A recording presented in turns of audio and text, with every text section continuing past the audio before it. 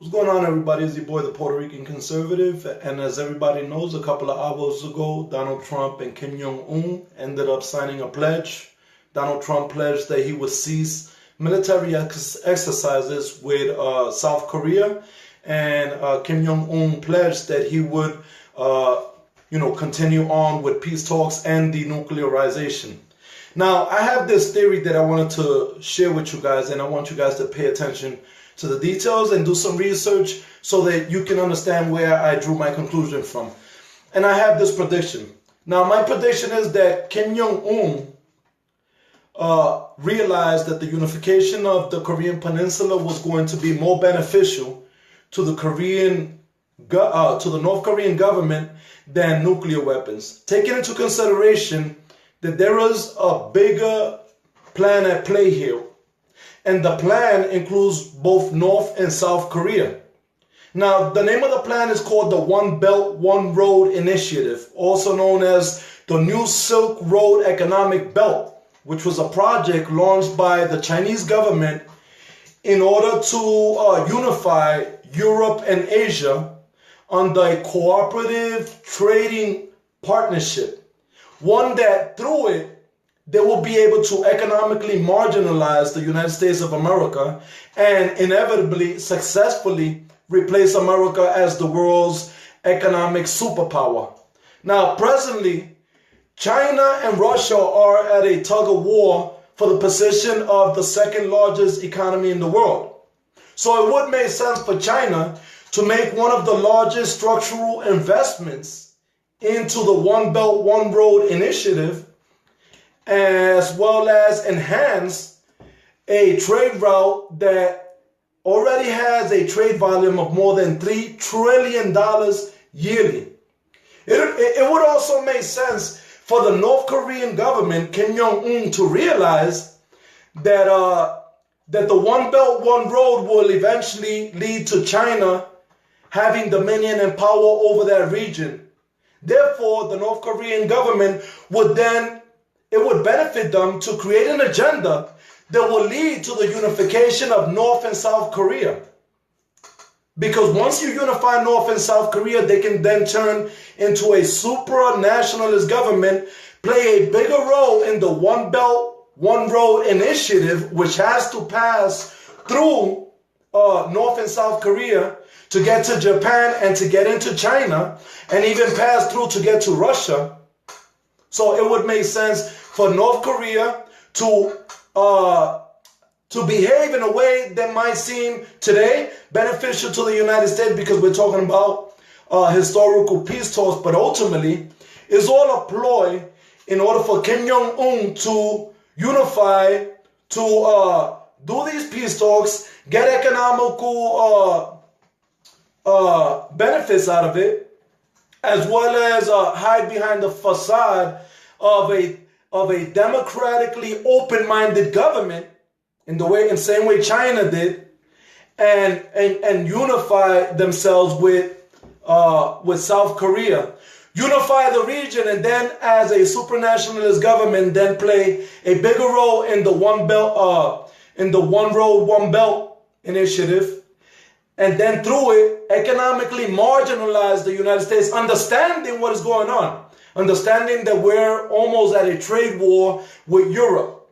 Now, we're talking about something that has been going on since Donald Trump put in the aluminum and the steel tariffs against trading partners. This also caused conflicts during the G7 summit. Everybody remembers that.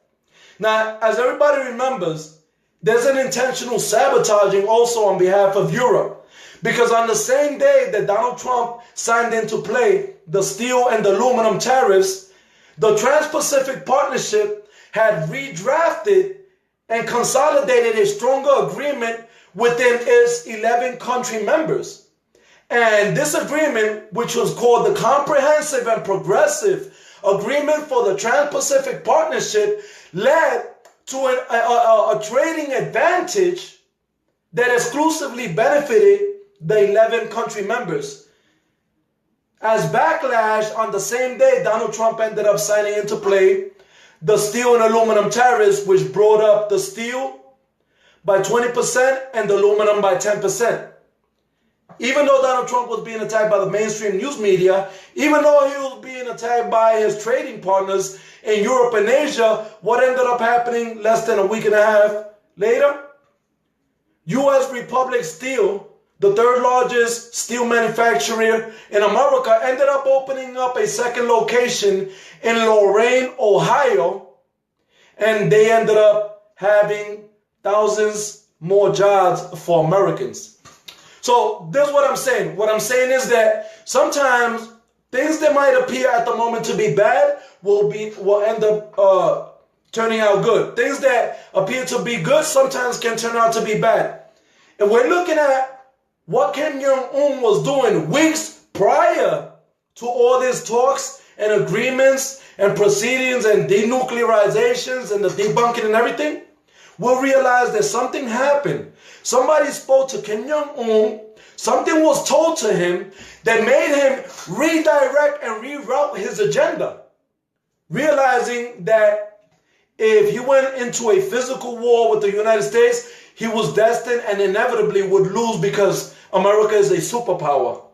So would it or would it not make sense for North Korea to say, well, you know what? Let's sit back and analyze what's going on.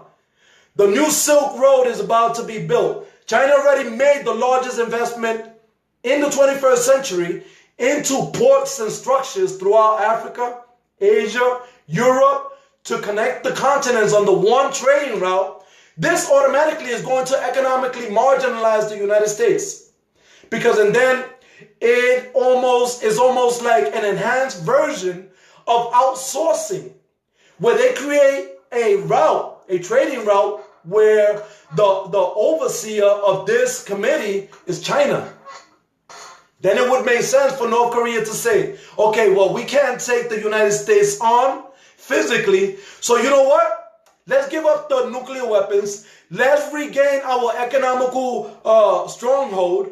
Let's come to another agreement with the United States. Let's take that money. Let's put it into propaganda. Let's unify South Korea and North Korea. Let's create a supranationalist government. And by the time the One Road, One Belt initiative is finished, is structural development, then we can play a bigger role in the committee of the new Silk Road economic belt, and through it, economically marginalize the United States, economically sabotage them, bring the United States from the world's economic superpower to the second largest, leading either China or Russia to take that position.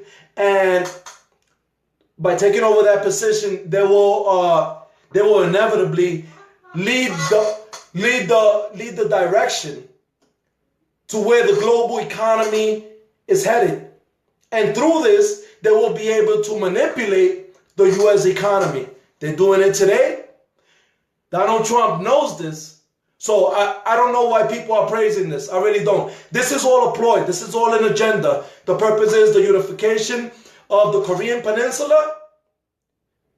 Understanding that the Korean Peninsula is going to be part of the new Silk Road economic belt, because they have to go from China through North and South Korea in order to get to Japan.